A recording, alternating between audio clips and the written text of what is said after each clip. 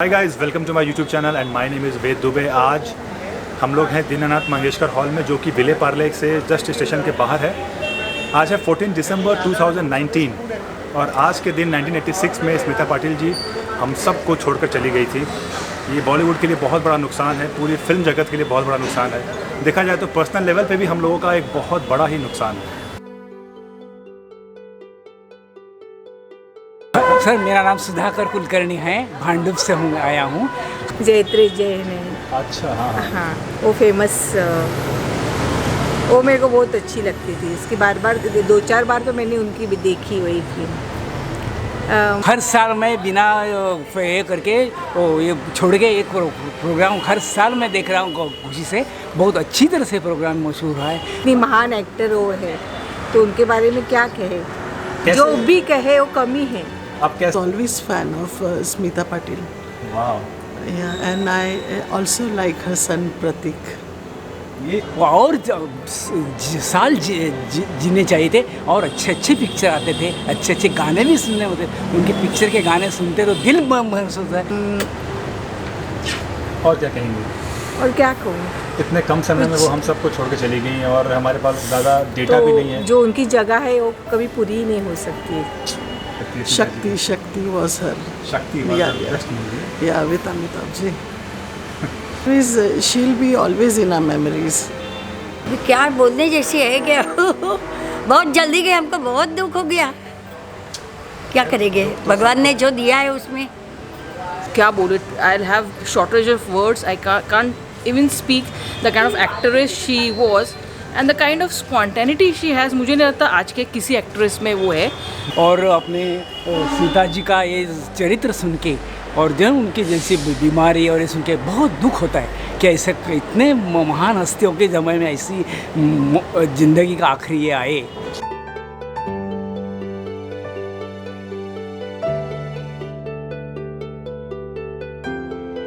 थोड़ा सा मैं कोशिश करती हूँ कि मैं हिंदी में बात करूँ ना। स्मिता से मैं मिली हूँ जब, तब मैं फिल्म्स में नहीं आई थी। मैं न्यूयॉर्क में पढ़ाई कर रही थी और हम लोगों का एक दिन फैमिली आउटिंग था। वी वेंट टू सी भूमिका। तो मेरे पिताजी थे, मामा थी, मैं, मेरी दीदी, मेरा छोटा भाई, हम लोग सब एक साथ गए थे, फैमिली पूरी भूमिका देखने। बीच में मैं एक बार इंडिया आ चुकी थी और श्याम बेनेगल के ऑफिस में एक बार गई थी and I had met the crew, the unit over there. और उसके बाद मम्मी आई और मुझे वापस ले गई। कोई फिल्म्स का क्या आइडिया का किसने दे दिया, चलो वापस। सो आई हैड गॉन बैक। लेकिन मैंने भूमिका देख ली थी। मुझे एक फ़ोन आता है श्याम बेनेगल के असिस्टेंट मनदीप का।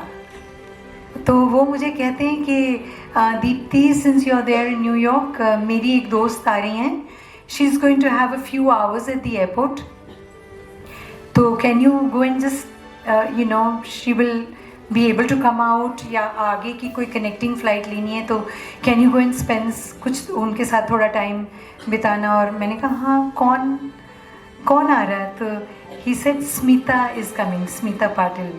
तो I was so thrilled. I thought I had just seen the film and I was like so, मतलब इतना मुझे एक्साइटमेंट हुई। मैंने कहा हाँ, मैं जाके वहीं बैठ जाऊँगी एयरपोर्ट पे। तो आई वॉज वेटिंग, क्योंकि मैंने थोड़ी सी तस्वीरें देखी हुई थी जो मैगजीन्स में आती हैं, स्मिता एंड शबाना की तस्वीरें। They were always wearing Kanjeevaram saris, और वो दोनों की मुझे ऐसे इमेज एक बनी हुई थी कि कांजीवरम साड़ी पहने हुए कोई आएंगी स्मिता।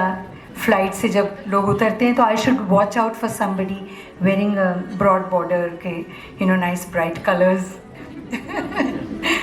तो मैं देखती रह गई, मुझे कोई नज़र नहीं आया वैसा।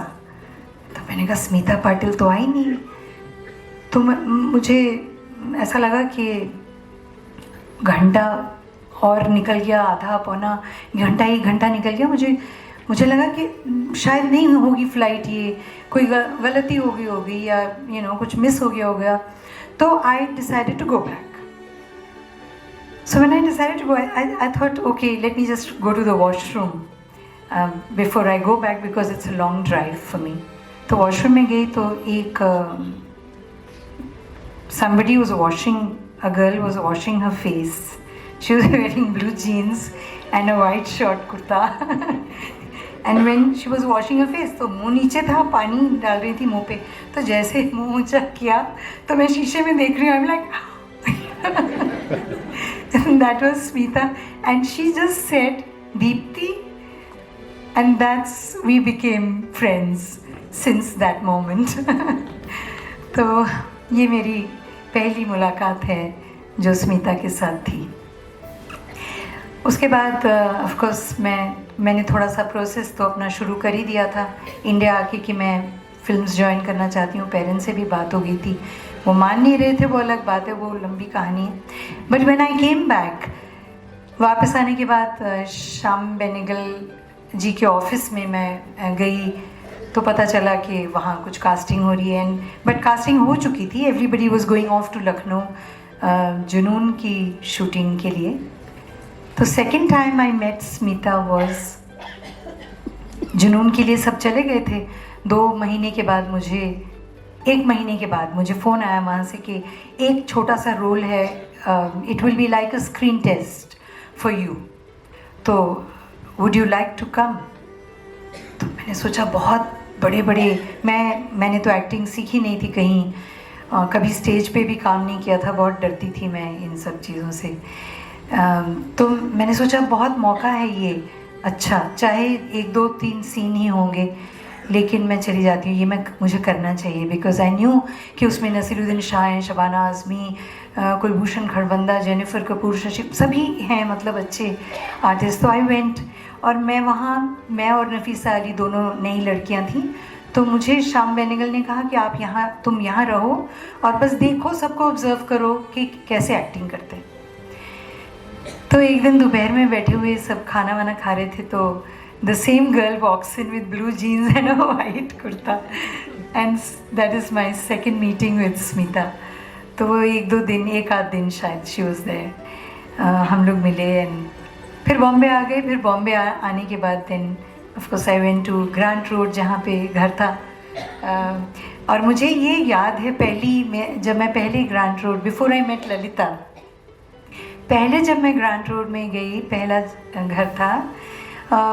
जो इमेज में जब वो उस दिन के बारे में सोचती हूँ तो आई सी मानिया, स्मिता's younger sister, एंड स्मिता, वो दोनों कुछ ऐसे बहुत ही इनफॉर्मली घर में ऐसे बैठे हैं, सोफे पे हैं या बेड पे हैं, हम लोग सब बैठे हैं और वो कुछ हैट पहन के दे वो गिगलिंग अ लॉट, एक दूसरे को टोपी पहना.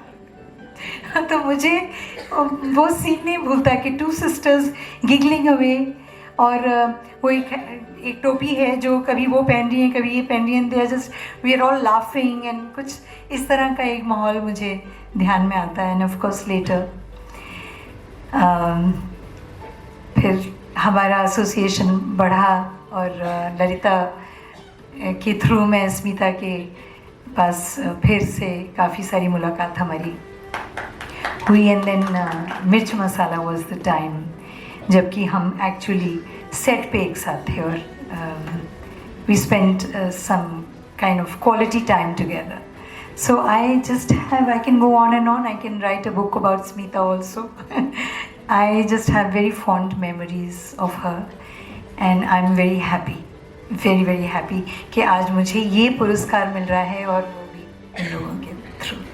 So thank you so much. Thank you all of you. Thank you for this honor.